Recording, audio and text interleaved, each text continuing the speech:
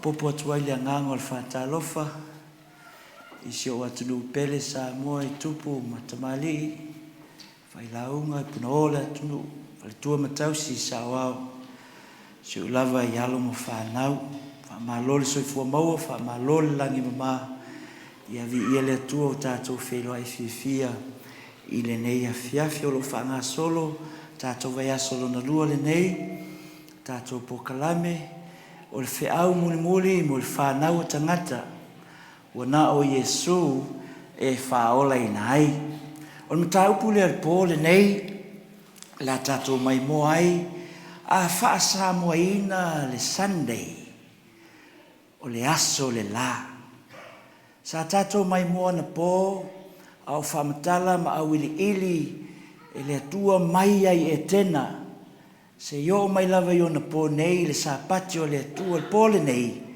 la tatou au ili ai po le ase fina ngalo le atua o te tausanga i lo atunuu te talo i le atua ni mwhai o na e le ngata te whaafonga i le upo le atua, ai mawhai ona e fisiri fua oe, fisiri fua o le ase fina ngalo o le atua.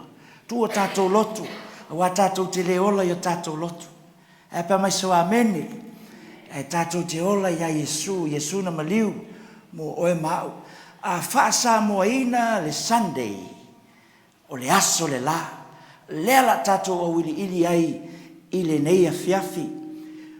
Pō na pō sa tātou mai mo ai, a o whamatala mai ai e tena.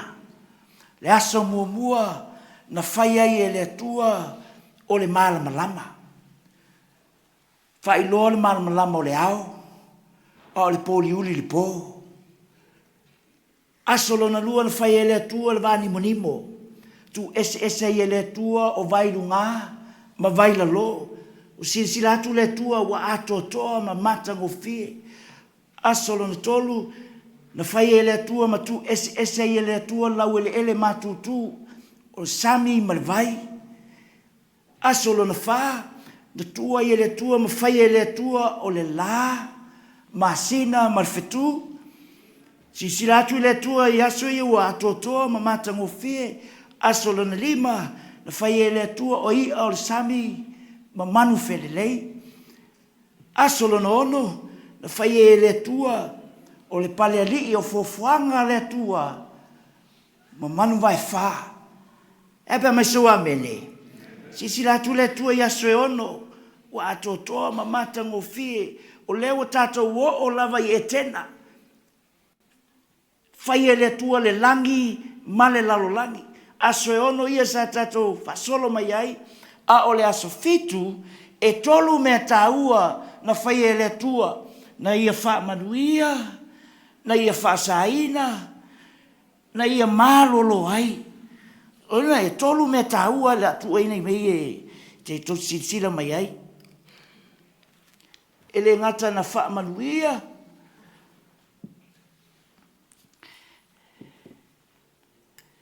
whaasaina,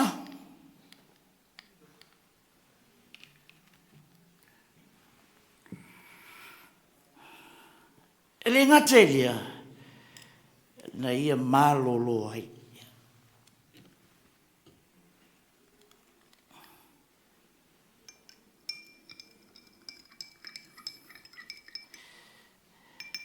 Epe a mai so amene sa moa.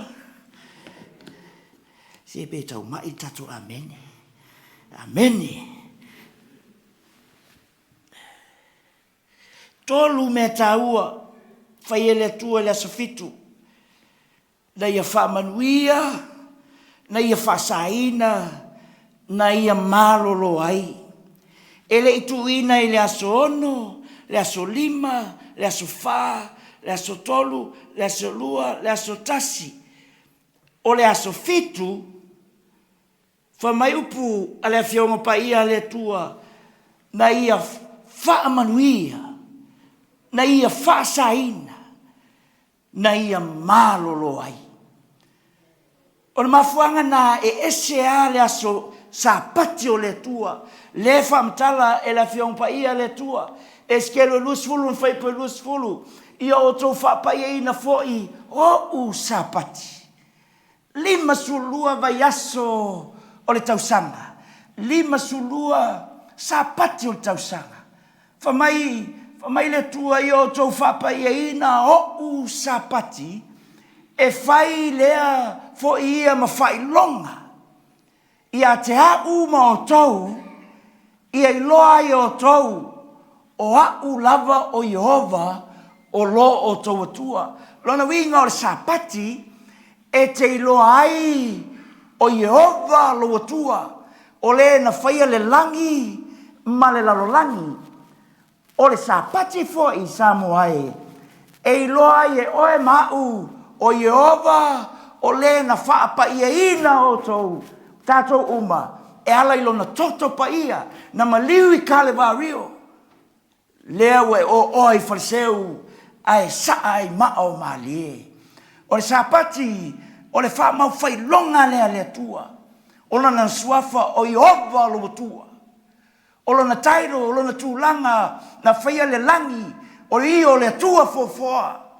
o lona puleanga.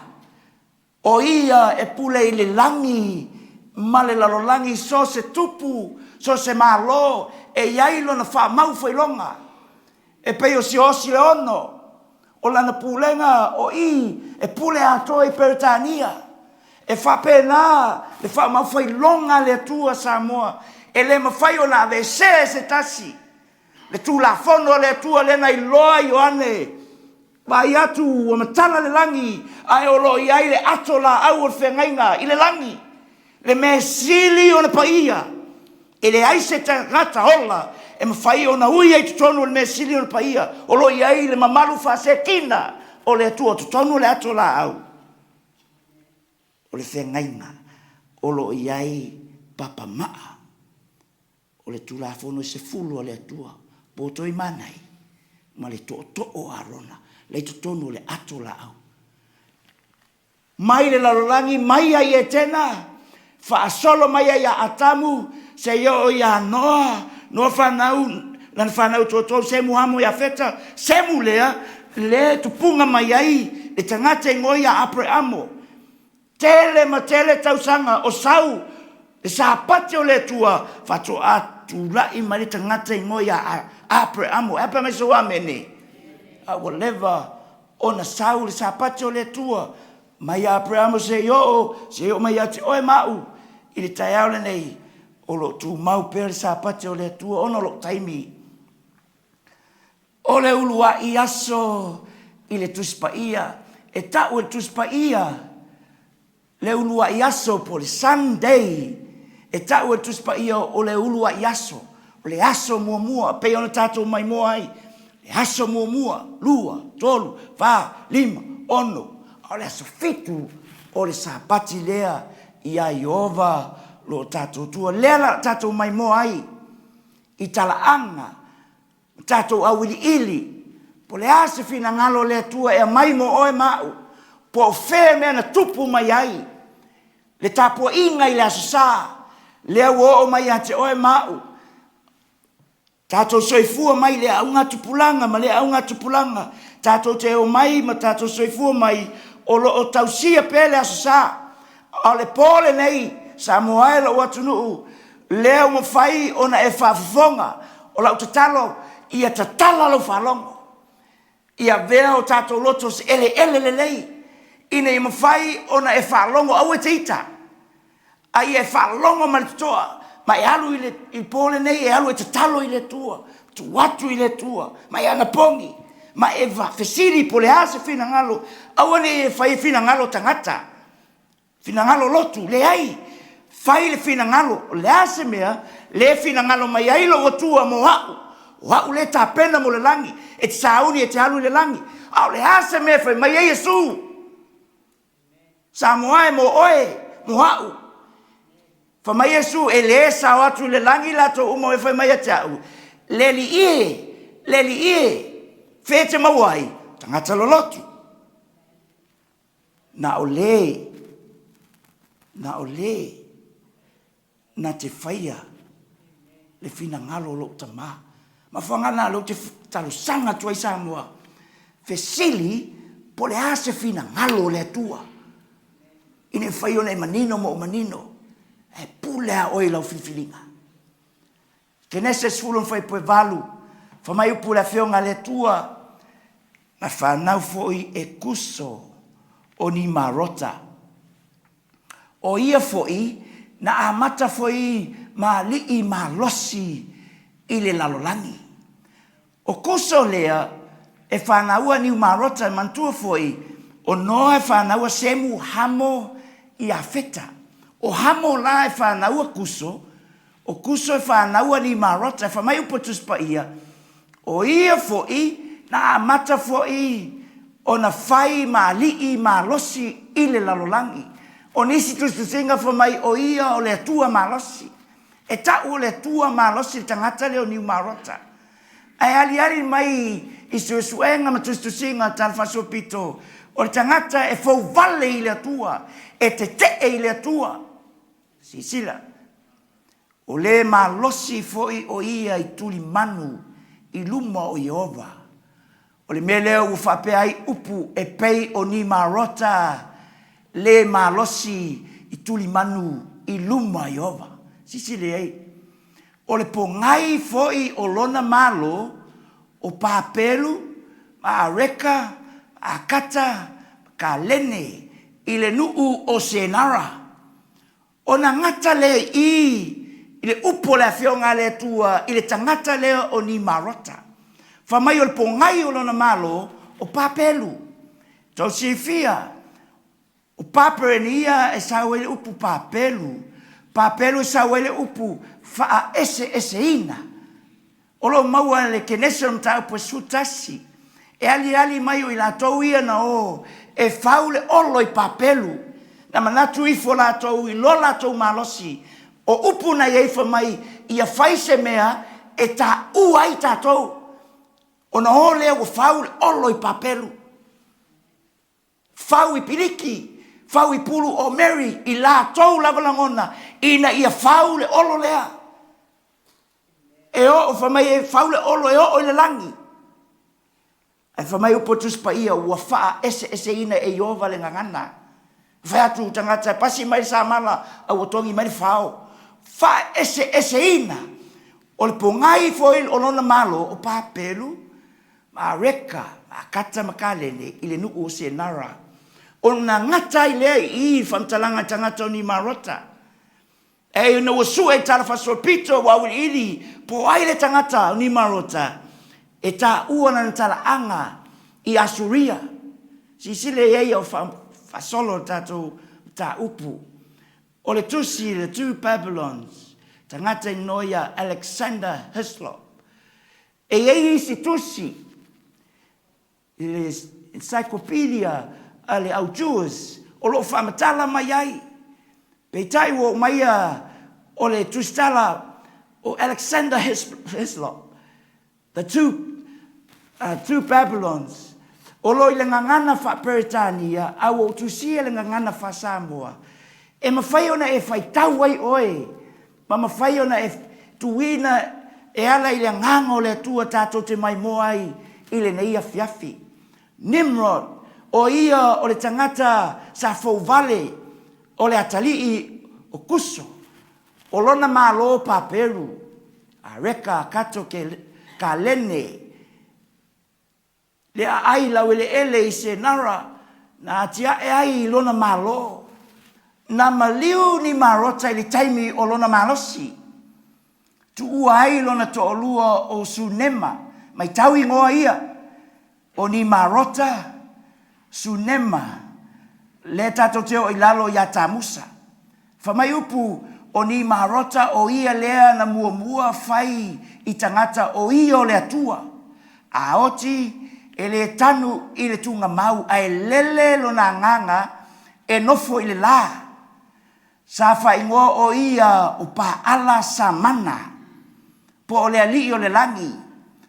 Pau le o le tangata o fai I tangata o ia o le atua. E whamai a oti e le maoti I moto. E avelo na nganga, e lelelo na nganga, nofo I le la. Sile iei whamai o lona ingoa, u whai ingoa ia pa ala samana. Po le alii o le langi. Le tato te awili ili le afiafi le nei. Po whea sau ai le tapua inga I le la. Sunday. Apa mai so ameni. Sile iai e apa tato whaitau whamolmole. Le ngangana Faasamoa ia.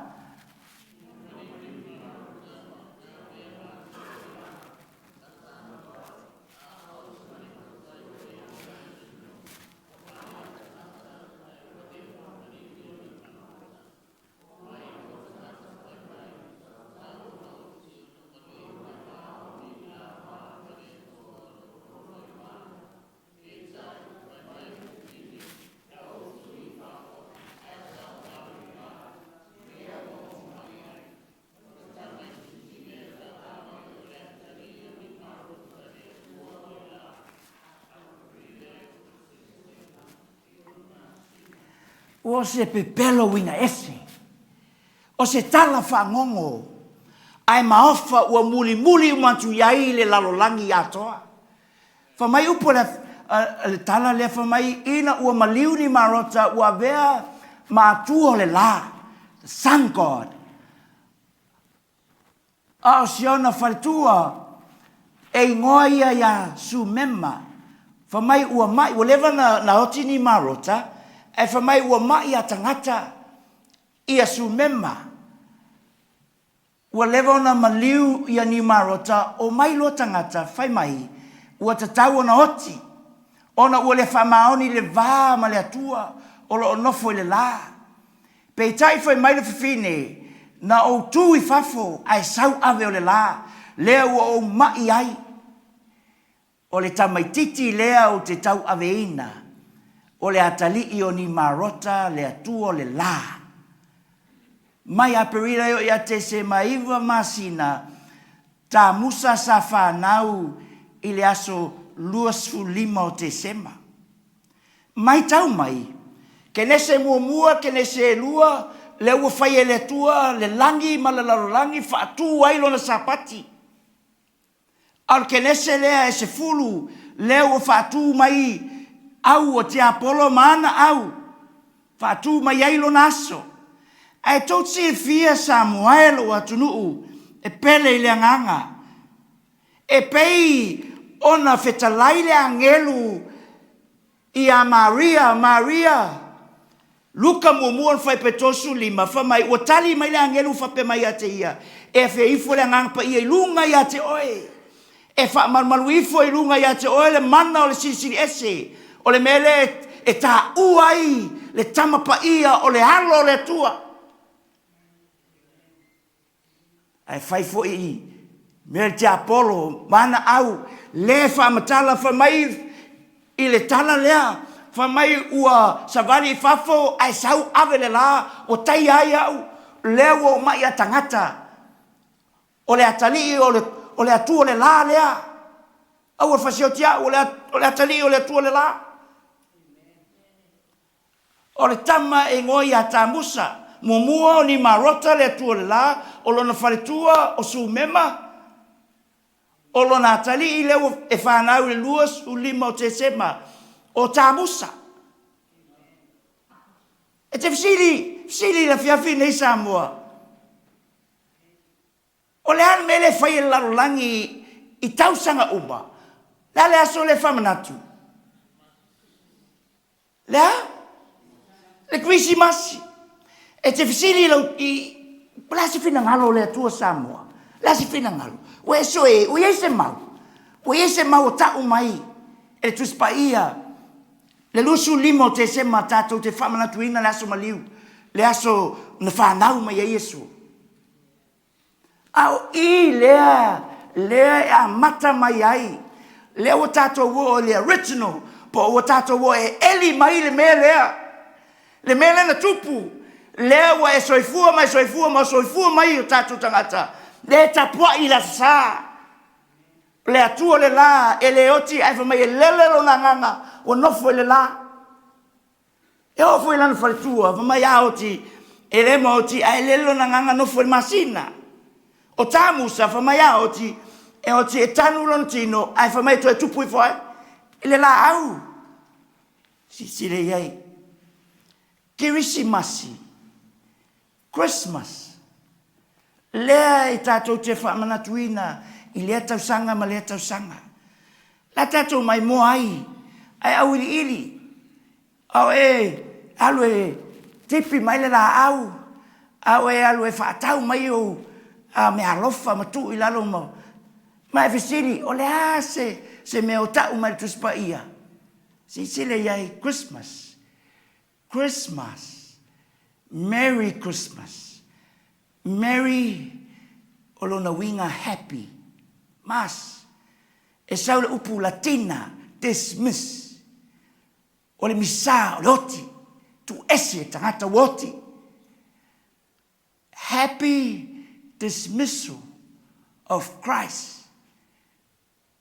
Ule stato amenea. Leanga o lea whamatala o le aso lusu lima o te sema na whanau waita musa. E le o tau mai le tuspa ia Le aso lea na whanau ai Yesu. Christmas has nothing to do with Christ. A o lea ua hofi mai tutonu ua palu fatasi.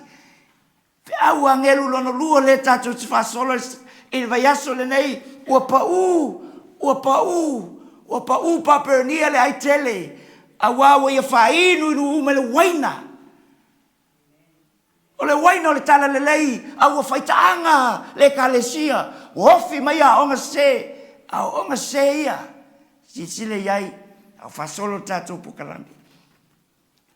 A o alu pea lea au ngā tupulanga, ma lea au ngā tupulanga, i le teimi, le tupunga mai o le lotu lea, po le tapua inga i le la. Ona o mai lea i le teimi o Elia. Ua vai lua ina le nu. To tele ua o e ifo ia pa alama mai Sarah. Aina o Elia matangata o lona nu ele ifo iai. Fitu afe. E whamai upu o Elia. Whamai ua ilo atu e apo ia Elia on whai atu lea. O apo ia te ia. O oe ea o le whati ngā ia Israelu. E whamai upu e whionga le atua. O na tali mai ai leo o ia. E le wau. Le whati ngā ia Israelu. A o oe. Ma le hainga lo tamā. A wawo tautu ua polo inga i ova. Ma muli atu ia paala. The Sun God. Le whamai ni marota e lele. Lo na nganga nofo le la. O i o le alii o le langi. E fau vale i le atua. E te i le atua. A wo o ai le nuu o le atua wa vailu ina. O whamaile o po le whionga le atua o whai atu Elia tatou te whelua i le maunga o Kalmelu. O mai uma lo tatou nuu. O mai uma o tau. O le upu lea a Elia o tu mo fetalai. Ma whape atu, whalatalata atu. Elia i le nuu o whape atu. Pētou te whale tonu i manatu e lua se iafea. A whai o Jehova o le atua ia. I o tau mulimuli atu ia te ia. A whai o paala. I o tau mulimuli atu ia te ia. Ai aua le. Ai le tali mai le nuu ia te ia se upu. Zifia le kalesia mai tatou uma Samoa o poto. O le fesili lea le fesili ai. E pei o Elia o te fesili ai foi. I le afiafi le nei. Pētou te whaale tonu i manatu e lua se i afea. Le nu ue o le tua Samoae lo ua tunu. Whamai le tua a ave ese lo vai na e soli ai sapati. E whae e ina oe. Ioe, e whae e ina oe. Ai a whai o Jehova o le tua. I o tau muli le tua. O le aso lea. E loa i le tua moni. E loa i le tua moni. Whamai Elia a whai o Jehova o le tua. I o tau muli a te ia. Ai a whai o paala. I o tau muli atu i a paala. Ai le tali mai le nu. Whamai ro upo le whiong pa ia le tua. Whai atu lo Elia. O mai. O tau umane e tapua i a paala ma Isaiah. Whase lau. Oe i a paala. Whase lau lima suru. Whase lau i a Isaiah. O mai. Tofu tātou malpobi. Whai whaleo tofu fie. Toi lunga tau povi na whai tau taulanga. Ai le aise afi. I o tau te talo i lo tau atua. Ina ia mū mai. Mai se afi mai lunga i lo tau atua o le la. O na ole o la tangata i o whai. Ma la tau te talo. Atua e li o la pō. Atu se tua lo tau atua. Pe tali mai lo tau atua. E whamai upo tuspaia. Ua lato walau atu lea ua leo tele. Ua lato seleia i a lato i polo matui. E ali mai o tū mahanga i o tangata ia. e tapua i le la, e le popole i o latou tino, pe oti a o latou toto, o lau fai le taulanga, i lo latou tua. E tusa mo lo latou tu, wo ina whaamalingi ina ifo le toto, i ate i latou, a ele i pa ui fo se afi mai le langi. Mai lo upo le fionga le tua, ona tu e faile e lia o le fata fai taulanga. O teu le lei, o tu uai maa, sfun ma le lua o le ata, le tu ainga sfun ma lua o Israelu. Teu fa leu tu el povi mfio, fa mai upo le fionga le tua, ia se saifo ai vai, fa. Tatalo leo elia. Ie fa fonga mai a tau i o vai, ie fa fonga mai a tau ina ia i loa ele nuu, nei o oe o Iova o le atua. E pa tatou faitau fai po tō suvalu. Ia faitau.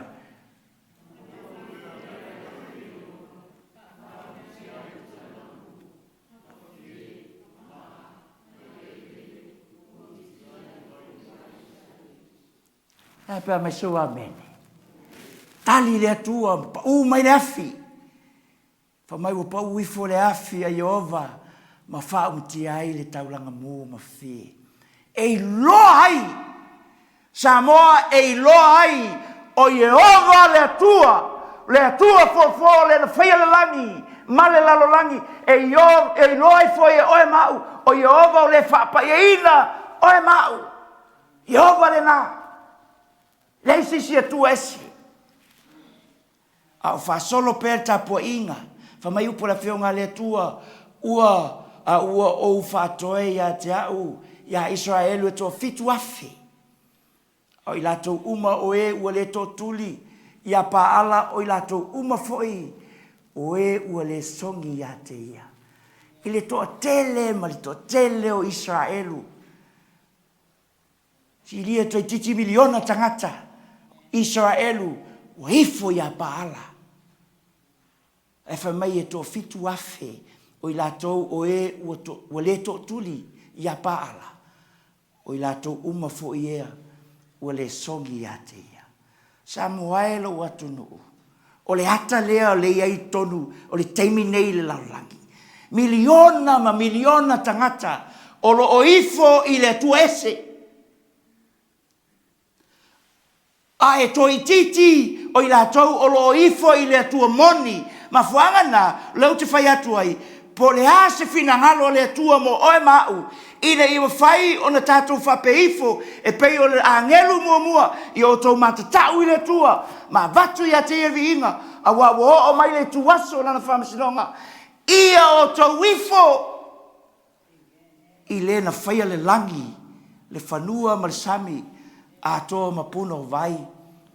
Whaasolo pere tāpua inga la sa, eskeru e valu whai pasu wha, o ne ia vele o au le pui whai toa o le whale o Iova, e sa ngai ma le itu matu whauta. O lo no nofo ai whawhine, o lo whetangisi ono o ai, o ai tā musa, le atali i o ni marota. Le atua whapapau le la, ai tau sirifia, o whafo lea, i le malu le atua. Le whai ei le whetangisi lea, e sisile ei au whasolo. Ona ia whetalai mai ei lea ia tau, le atali i o tangata. Ua e loa e elena. Ia e toi li Ioane, e te iloa ai me e inosia, e silio nā mea, a me ia le tua, fa mai upo le whionga le tua, ona ia vea lea o au, i le loto atu loto, i le fale o Iova. O fafo leftangisi ai, fa fine, i le loto a, e fa mai upo le whionga le tua, le atali i o tangata, se o fasino atu i ate oe, le me sili lea, le me leanga le o fai e rogu. And he brought me into the inner court of the Lord's house. Te tonu o malu. Whamaya, whauta whaitoa o malu i Iova, i le vāo whapao longa o le whata whaitaulanga. O tangata pe to o lua fulu ma to lima. Whamai ua ua lato tua e maru Iova. A ua wai atu o lato mata i sasae. O lato wifo atu i le la i sasae. Ua ua lato tua i a Iova le tua. Ai whamai upo tuspaia ua whaasanga atu lato mata i sasae. Lato te ifo atu i le la i sasae. Tapo inga le la lea e whaasolo pea. Sisile iai. Jeremia 55:5 o fai fafie e whanau ua tafu le afi e o latou tamā ua lomi foi palunga i le whalawa e fafine e fai ai whapapā a reto ma le tupu fafine o ai le tupu fafine o su mema e yeilisi o na ingoa o Astati e yeilisi o na ingoa o Tiana e iei fo isi ona ingoa e tele ingoa fine. O le tupu fafine o e seta. Ai whamai upo le whionga le tua o le langi ua li lingi fo i taulanga i mea e inu ai i atua ese. Ina ia latou. Fa ono mai a te au. Sisire iai, o nolo taimi. E te fisiri le fiafine i Samoa, o te li sau whati ngalo loto.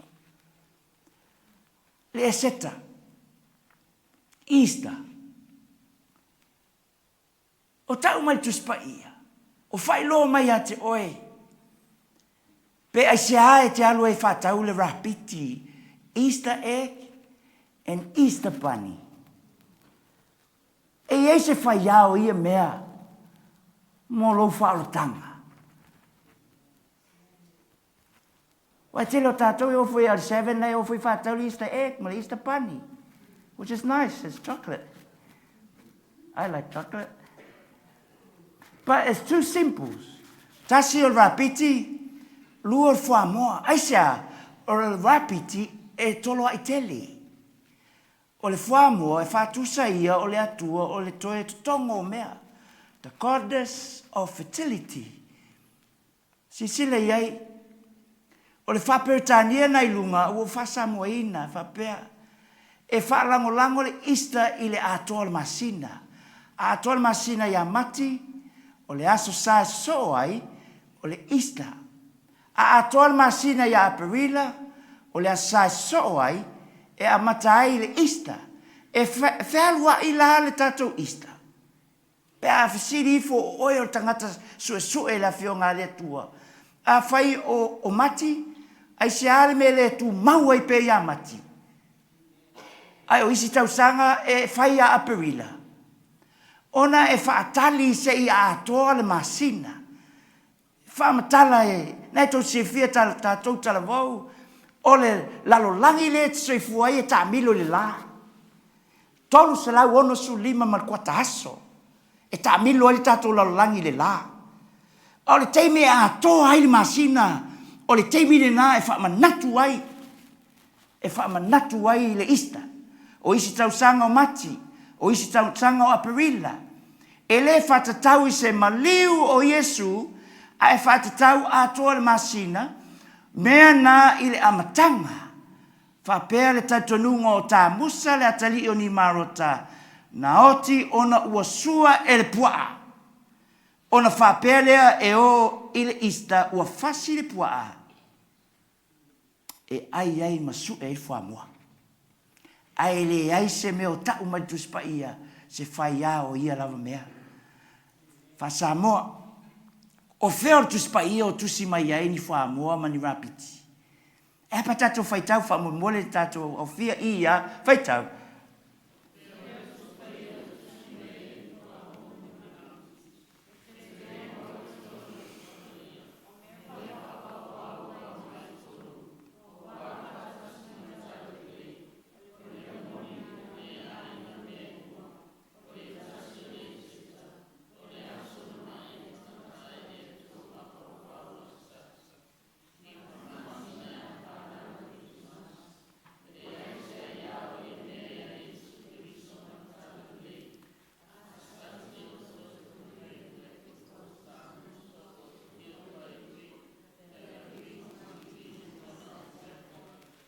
Whaftai asi o atunu. O toi mawhau le mau fwe nale. Lea whio mai Iesu e li ua i o tātou tino a. Merui e. Vai o lo lai titile i o tau le leilo vai. Ai a whio mai Iesu vai li ua o tātou tino. Tino matango fie. Apa mai so amene. Si leilo fa solo per tātou. Fa mai upo la whionga ne tu. Malaki nai whanwhi pe lima. Fa mai whauta. O te awina atu ia te o tou Elia, le perfeta, au le i o mai le aso o Iova e sili, ma le matautia. Elia le na tu le vā o paala, ma Iova, na fisili ai Elia, i o na tangata, pe o Iova, po o paala, au le tali mai le nuu. Fa mai upo le whionga le tua ele i tapuni le whengai ngā whau. Ai toi a mai upo le whionga le tua whauta o te awina atu ia te o tou o Elia. Le perfeta e loa o Elia au le upu moni o le tala le lei. O le whiau muli muli leo o tala ina atu ia te oe. E le se whiau whai ngofie e le tangia ngofie tangata. O le whiau whai Elia te whalongo ai. Ina i mawhai o na tau i lo lato. Le fina ngalo le tua. Ina i a tā pena i oe Samoa. Mo le wha moe moe ngai loto e mamao. I le aso e a whio mai ai lo tato li whaola. Le sapate o le tua wha mai upo le whionga le tua. Eske le lusu lua whepe lusu ono. Ua so lie ana whaitau langa lau tu la fono. O ai, whaitau langa. O e la unga i lungo pule laa. E wha mai upo le whionga le tua o la to soli au tu la fono. O lau whaitau langa. Ua latou whaleanga fo'i au me paia. Ua latou le whailonga ina me paia ma mea e le paia. Ua latou le whailonga fo'i o me ese. Ma me leanga. Ma me mama. Ua latou li liu ese o latou mata i o sapati. Ma ua latou solia. O le iloa me paia le tua. Ua le mawhai na lato i loa whailonga me pa ia me leanga. Ua liu ese o lato mata me sapati. A ua lato solia o ai tātou. O ai tātou te solia i le tua. A whamai upo le whionga le tua. O e tutupu mai a te oe. Lato te hatia e mea ua whaatafuna ina mai ana mua. E te whaatuina whawai le tupulanga. Ma le tupulanga e loai. Oe o le atia e solo. O le whaola i mga ala. O lo sa ili le tua. Samoa o lo sa ili le tua i ate oe. Ia vea oe se tasi e whaola i mga ala. So se mea o lo o malepe ai le pā. O ina o lo tau ai. Pahenga au. Au o te apolo ma au. O le tua o lo tau ai. O fea o le sapati. E i loa ai lana whanau. Whanau o le atua. Sisi le ei. A whai e te le liu ese lo vai e le sapati. Samoa e lo watunu e whafonga le upo le atua. Whamai upo le atua. A whai e te liu ese lo vai e le sapati. Tō tele tātou nisi o tele na whalongo e le upu lea. Le upu fola. Misiona i lea asa. Lea tau sanga ma lea tau sanga wa umi. Ona e whalongo e le upo le atua. Ai le mawhai au na Italia. Ai whamai upo le tua. Samoa e a whai e le liu ese lo vai. Whai e te liu ese lo vai le sapati. Ai le whai alu lava loto. I lo wasa. Ma e ta ua sapati o le aso fia. O le aso ua sa ia i ova. Ua mamalu ma ua wha mamalu iai. O lo e le whai ai lava lo wa meo. O le mau ai lo lava fia. Ma e le tautalai i au lava upu. E apea mai so amene. Whamai le upo le whionga le tua. Ona e fia lava lea i a Iova. O te whaatiti ane fo i a te oilunga o mea maurulunga. O le lalangi. O te whawhanga i a te oe le tofi o i a kopolo tama. Awa ua whetalai. Ma ia Iova. Saini ei le tua. o te whaati e oe. E tele ma tele tangata o matou malama i le sapati. Ai fefefe i lato whaife au. E fefefe i lato ainga. E fefefe i ngaruenga. E fefe ono o tangata. A o alu e tausi sapati. E ta o tangata o ia poto e toe valea. E whamai upu le whionga le atua. O te whaati e ina ane fo ia te oe lungo mea mau lungo laulaki. O te whawhanga ia te oe i le tofi o Iakopo. Lauta mā. A wā ua wheta lai mai ai. Iova. No o tangata tutoa. E while tū mo Jesu e tausi sapati. E le while i tangata pala ai. No o tangata tutoa.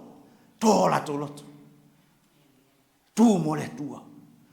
A ro sa ili le tua ni tangata. Faola ngala. E toi ati pāle le solo. E te soso ani e avi le tala le. Tala ina e whai mamoli ma. O na o mai le ngata. Whatiti o i luma. E le tua pe a whai e te tausi i ana sapati. E walu mau al whenga inga fōu, o lo tā ua ilulu i aso. La tātou mai moe mau e walu, po o tau mai ai, o le a tātou tausi e loa, o le sapati, o le ulua i aso. Sisile iai. Uma vai sapati o tawhatu, ata o le ulua i aso, o le vai sapati, o na watu leo Maria Matakara. Ma leisi Maria e asiasi e tunga mau, o whamaine nā mau, tau lona tātou tausi i le ulua i aso. E mai tātou le ai. Le ai! Ai sea, e lo whai mai le mau. Whai mai le mau, ua ma vai le sapati, ua tawhata o le ulua i aso. O le vai sapati e lo whai mai, a velo le aso, ulua i aso, ma tātou o e tāpua i ai, le ai. Si e risi mau. Ma reko suan fai pelua o le tae o lava o le aso mua o le vai sapati o lato watu ai tunga mau i le alua e o le la e ale mau le ai amen fafitai ya tolu ua tu mai o i le tae o lava o le ulua i aso o le vai sapati o na lua i fahali le o ia ya Maria Matakara o le na ia tuli ese ia te ia i te moni e tō fitu. E ale mau. Le hai. Luka ilusu whawhai mua wha. O le ulua i aso. O le vai sapati. Ua lato watu ai tunga mau le tawhata. Ua ave mea manongi. Lato saunia o isi fo i fafine sa whatasi mai lato. E ale mau. Le hai. 5. O le ulua i aso o le vai sapati le tae ao le pauliuri lava. Ioane Maria Matakara i le tunga mau wa ai atu i le maa. Ua ave seina i le tunga mau e ale mau. E ai. Ioane le lusfulu ono. O i la fiafi o lora i aso. Leo le vai sapati. Ua punitia fai toa o le mea na poto ai le au soo. Ona o le fefefe i ai utaia. Ua maliu atu Yesu atu i tutonu. O na whetare atu leo ia te lātou i o tau manuia. E ale mauna. E ale whamai o tau manuia. Ua o i le afiafi o lulua i aso lea o le vai sapati. Ua pupuri whai tutoa. La mua puni e whai toa. O le mea na poto ai leo so. Ona o le fefefe i ai utaia. Ua maliu ati Yesu o tui tutonu o whetalai atu ia. Si fitu. O lulua i aso le vai sapati o whapotopoto ina i lau soo. E tofi la reto. Ua launga atu Paulo ia te lātou. O le aalu o ia i le tae ao. Ua wha foi e ia lana launga o i tūlua po. Whamai leo tangata lea la. Mautonu ana le whai mai. O lea ua tofi la reto. Sisile ia le mau. O le iaso le vai sapati o whapotopoto ai le au soo. tofi la reto, la me o tofi la reto. O la unga tu Paulo ia te lato, o le alu o ia i tae au. E whamai ua wha leva fo ilana la unga, wo i tu lua po. Sa no fo le tasi tau le leo e tiko le ngoa, i le wha malama ua moe, i le moe ngase. Leo te whai amawa ai atu po i nisi o lai mo moe ngase.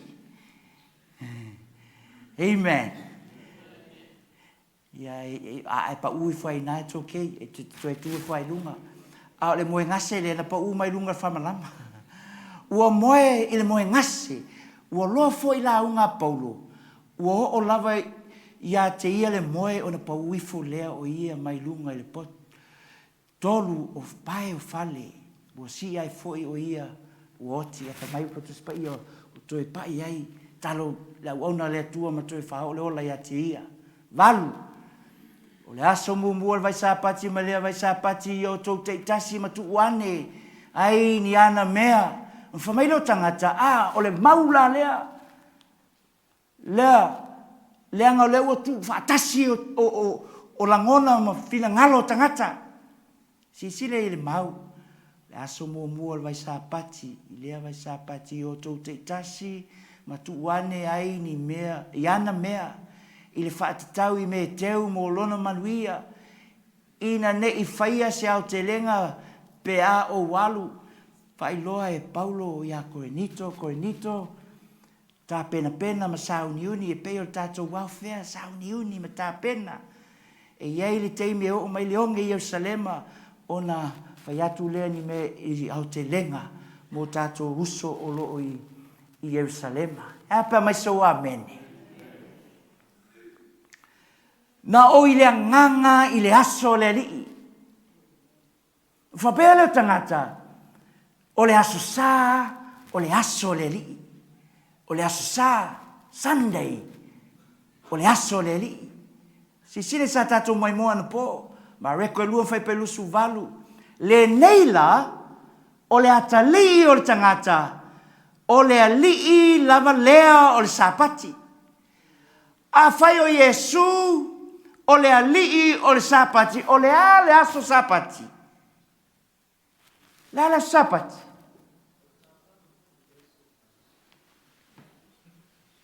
Aso wharaile, aso toa nai, aso sa, lewa upa i le leia i aso.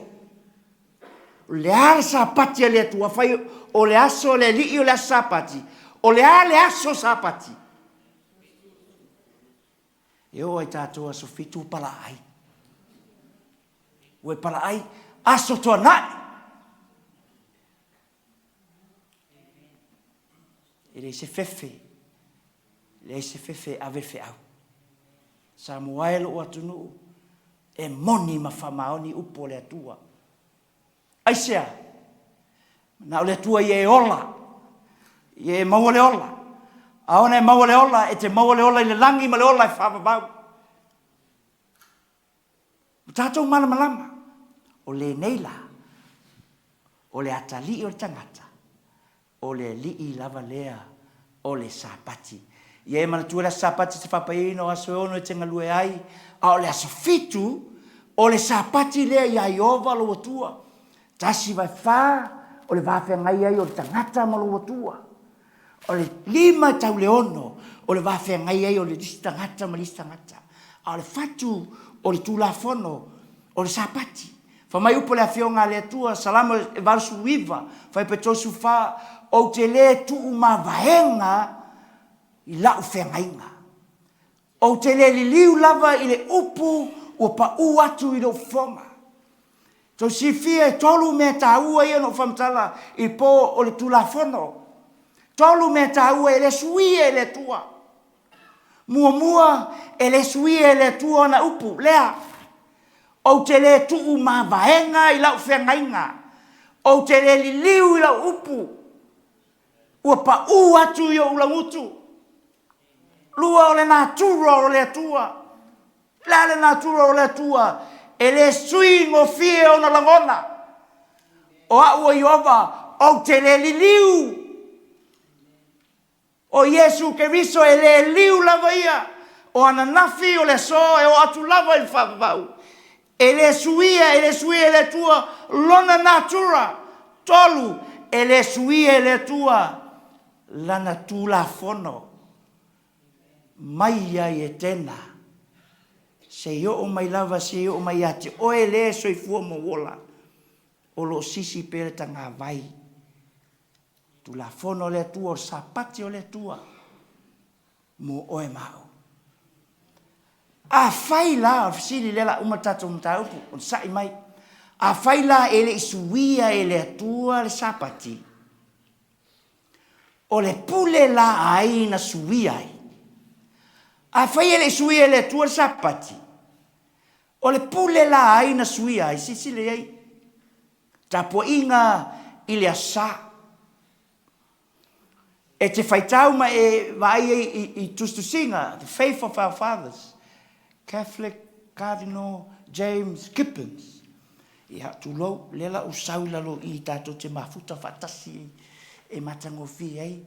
Lela u titilo lunga i, tato titilo umai lunga i, tulau, lela u no fatu lunga i, ia. E te sa ili le tusipa ia, mai le kenese tau i whalinga. E te le mau ai se laina e tasi e tau mai ai, le whaapai e ina o le asa. Mai e sa ili tuspa ia. Mai kenese tau whalinga. Te le mau e se mau, se leina e tasi. E tau mai e whaapai e ino la sa. O le tuspa ia, e whaamalosia i mea tau lotu. O le aso toa nai. O le tau singa o le sapati. Po le aso toa nai. Si sile iai. La tato o li tala faso pito la langi. E tato o e eli mai ai. Po fea mea na tupu mai ai. Po o ai na suia. O ai na suia sapati. Tolu tais tolu. Tulo ai mai ai tangata i ngoia Constantina. Na luatu malana vaenga au whapau. I me tau o le awala papa Million Bridge. Vai atu le lisi i tu o vai tafe. O tumu tangata kerisiano. Male malo. Vai atu Constantina. O vai atu i ona tangata i lisi tu. O tangata kerisiano. Tangata lolotu. O e tausi sapati. Wei loa a tau mafasioti uma i tangata. O le a vai lona malo. Wei vai atu i le langi i le la. Wei loa atu le satauro. Ua mana o le atua o le la e avea uma tatou. Ma kerisiano. Fuli atu loi tua ma vatu fatununga i vaenga au. Uma amata atu le aso. Le aso. Tatou uma o le avea matangata kerisiano. Sisila. Tu fatasi leo le san. Le la. Ma le atalii. San. O tu fatasi. Tu fatasi ina ia whaingofia i tangata o na tapua i a Yesu. I le aso sa. Whamai ua kolosi atu lo le vai tafe whaalongo mai tangata kerisiano. Ua liua le tai au whapaupau o Constantina. O atu loa matalia ma le fia. O le ai se tau e whai ai totonu. O le ai. A ua tupu nei le vevesi. I tangata kerisiano e tapuai. I le aso tona, i le aso fitu. A o le au whapaupau lea. Lea na o le sui au le tua. A o le aso sālava. Na tapuai whapaupau ai. La e whai. Hepa mai sau ameni. Sisile iai. O loo whamatala li tala whaso pito. A o leo te tau whai whamatala atu i e malamalama. O aina suia. Le sāpati o le tua. Lela tātou o ai. Tau sanga e tolu lua tasi. E ti pasi ai. The edict of my land. O le aso pa ia o le la. On the veritable day of the sun. Tangata uma ino nofo i tonu le ai Roma. E tapuni uma whale loa. Ai tapuai le aso sa. Saul whatonunga. O tangata uma e tausi le aso sa. Kerisiano. Tausi to tonu le ai. Ai ni tangata e fia tausi pea le aso tonai. Po le aso fitu. Alu i fafo le ai. Mai tau mai.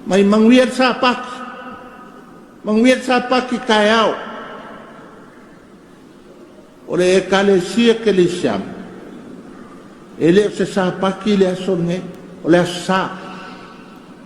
Awa so solo ale mele ka ke va manguia sa paki. E le se sa paki le asonge le ekalesia ke le siango. O le aso le koe ku. Nga sui e kākou le whaaiukaia o le sa o aiukaia. A o fo ise e kalesia e folo le whaaiukaia. E le ise kākou mea pule lava la kou. A le kato. A maafu ai le kalesia ke le siango o le aso sa i Sunday. O le aso mua o le vai aso. Pe fei kai fo iai si le kākoliko. O le kālenga le o e kākou o le kālenga le kākoliko. Everywhere. O le aso sa e le o se aso sa paki. Kākou whaikau, le tai au sengi le urua i aso le vai sa paki, wa umar sa paki. Ko e ku ai ke liso le whangau e kākou a sa. Le pa ia ma le mamanu o le kākou e kālesia. Wha mole le au wa, a o lo whai. Manguela sa kai au.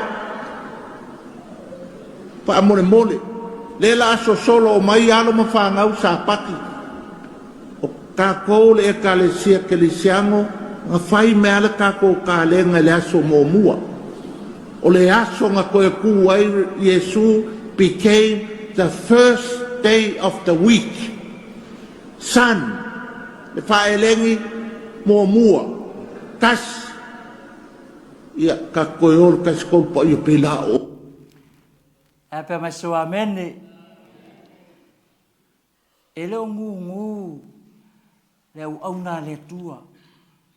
Lai fast fai lo sa o maya ia te oe ma u se ua tunu pele Samoa. Le sapati o le tua. Sapati fa mai o io sapati o tangata Iutaia. Te mala o tau ia te oe. A fai na o Iutaia tangata human being. Aia oe mao. Warawi. Oai oe mao. O tātou o tangata. Tangata ola. Mafuangana wa mai e fe au muli. Fe au le tua. E fai ma muli mau. O na o mai e leo ngata anga. O saini e Donald Trump. Le fa malo sio le asasa. Day of prayer. Ila so muamua o setema. Lua o tasfitu. Awane e Misia. O tātou Mataupu po le stofi. Ma le po le sfaraile. E wha matala ai mea le la tupu. Ma awiri ili mai a fionga pa ia le tua. Po le asifina ngalo le tua. Mo oe maa u Samoa. Ini whaiona tā pena oe. Tā pena i tātou uma. Mo le wha moenga. I le langi ma le ola e wha vau. Jeremia lusu tol fai petos fulu o mele fauta. E fai ai mo fili o perfeta oe. Fengao ia upu. Olo o feta lai ma ia ova. O le sapati o le tua. Le fai mai Mosese. E le o se sapati le aso lea. O le aso sa. Sunday. Aso mua. E ino le tua, fa mai le tua. O le mele fauta, o te fai ai ma o fili. O perfetta, o e whengai o ia upu. Tasi al sapati. Sapati e le tua, mai ai e tena. Se io o le aso e matale le langi ma vanoha. Le sapati o le tua. O wao se tausi tu la fono uma. E anga sala i metasi. Wano sala o ia i mea uma. Whalinga leo, sufaan whai fitu, whapeatu ma leo tele i o tō matatau i le tua. Samoa e. O le matau i le tua. O lo whamatala whai launga e sulua su tō sufa. Whamai o tō matatau i le tua. Ma ana e whai anga polo inga. A wale melea e tatau i tangata uma. E whamasino ina i le tua. O mea uma, o mea lilo, ma meleanga. A wawo o mai le tuaso o lana whaamasinoga. E tala ina atu fo'i le nei tala le lei o le malo. I le atu lau uma. E whai ma moli mau inu uma Samoa he. U whai ma moli mau mo oe le pōle nei. O na o mai ei lea o ngataanga.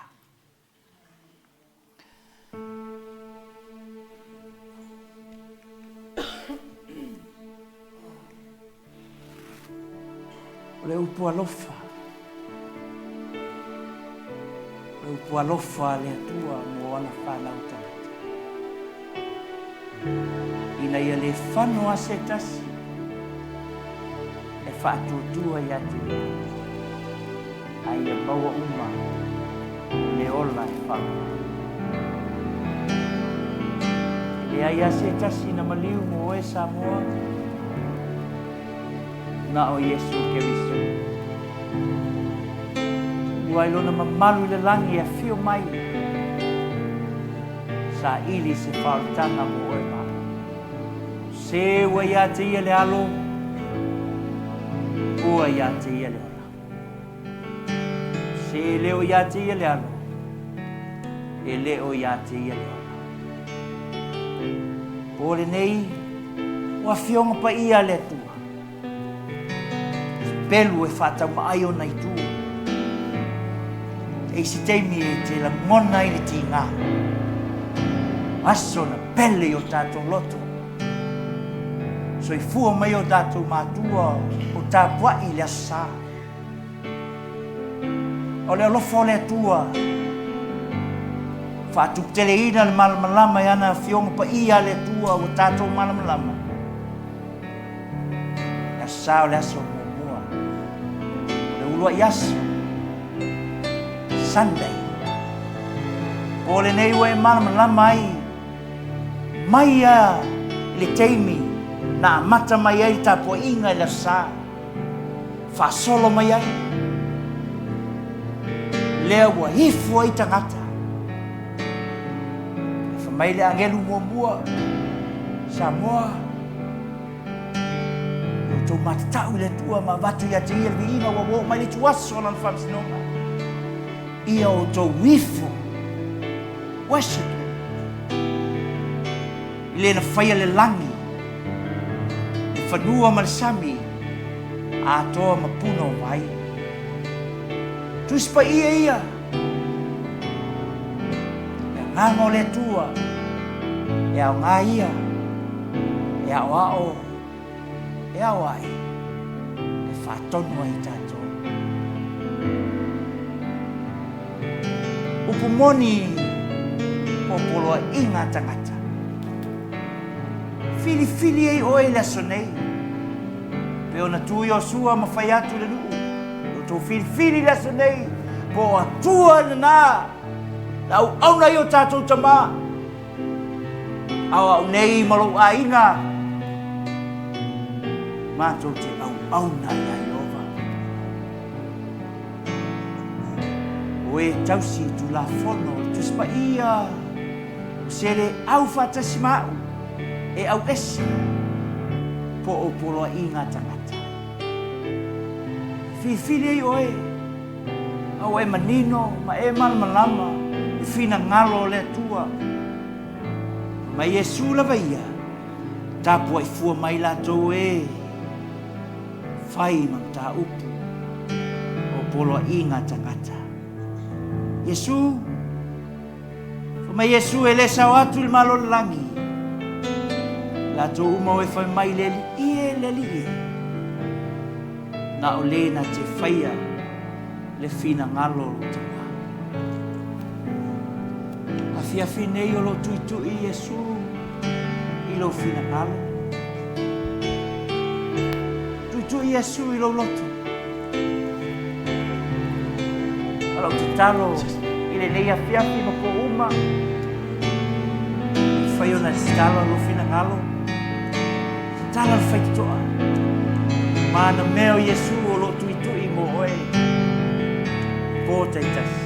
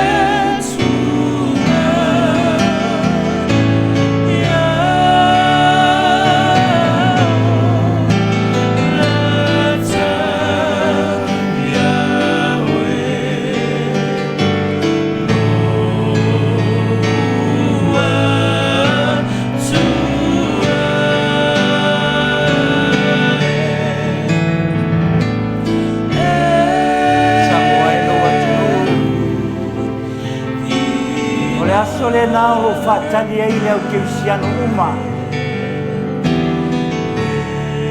E ka lesia uma. Oro tui matai le langi. E ola e whamamau. E panga o tofu e ka lesia maoonga e sese. Sili la fiafi nei. O e fesili a Iova po le aso na fina kalo. Le awala le tua e mawhai ai o na e o i le langi. Olau te talo. Ia vea oe. Tinala inga ma whanau. E whai ale fina ngalo le tua. Ma whaatani ei le nā wha moe moe. Le langi ma le ola e whawawau. Sa moai e loro tātou tofi lea. Whio mai Iesu e lua alanga. Le alanga man malo. Le alanga maunga ma papa ma fuli mai. Ai upo tuspa ia. Ia te ia le afi mumu. E sunu inai. Wena le talia le ukumoni. Le ana e tausi ana polo inga.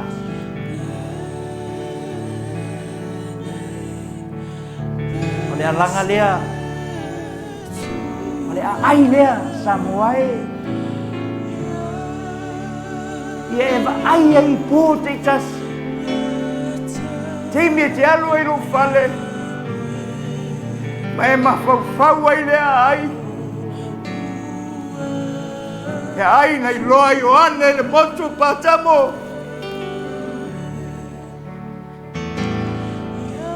E se savali ai ua aulo. E se vai ti o ata Matagofie le to iai se mai.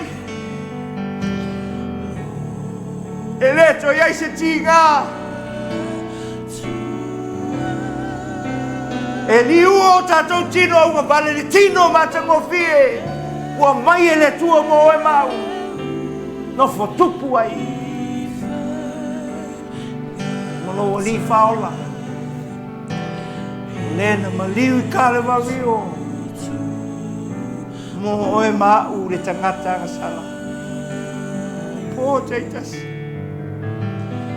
O te tua tua I le avanoa. Samoan. E te lei loa I fafo. E mamoe I manu e sau mare ati. Ina na pule fato. A o e maua le avanoa I le fiafi nei. La I fua oe. Ma e whawhetai lo atua. I le taulanga tu tasi ai afi. Tā pene ina. Mo oe mau. Ia tātu iei uma I whamoemoenga I le langi. Ale ola e whamau. Whaftai tele ta mai lo alofa. Lo Aigalelei. Whaftai lau upu. O e whasoa mai whailoa mai ai lo fina ngalo. I le ia tā pena lo nuu mo le whamoemoenga. Le langi ma le ola e whamau. Nganga sae. Ma ia tu I ai o fina ngalo ma whamoemoenga. Lava ni tu ua se file mu. E ngalue pelo mana.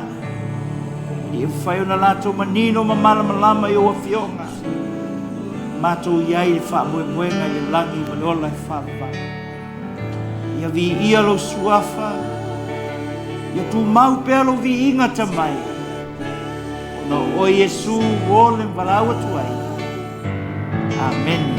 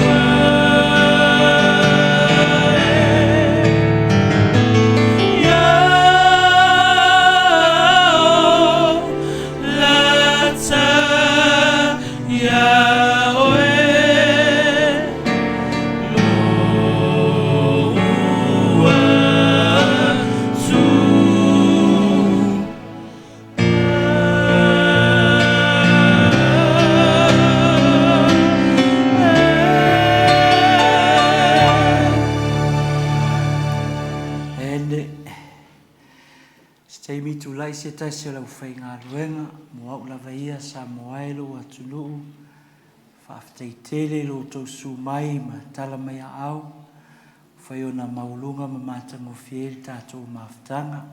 E tātou sauninga po atai au po la so tofi, o tātou Mataupu o le nifoi titi, ua tau tala whaasau sili le atua. O ai lea nifoi titi. Whape feo na wha maulunga i le atua.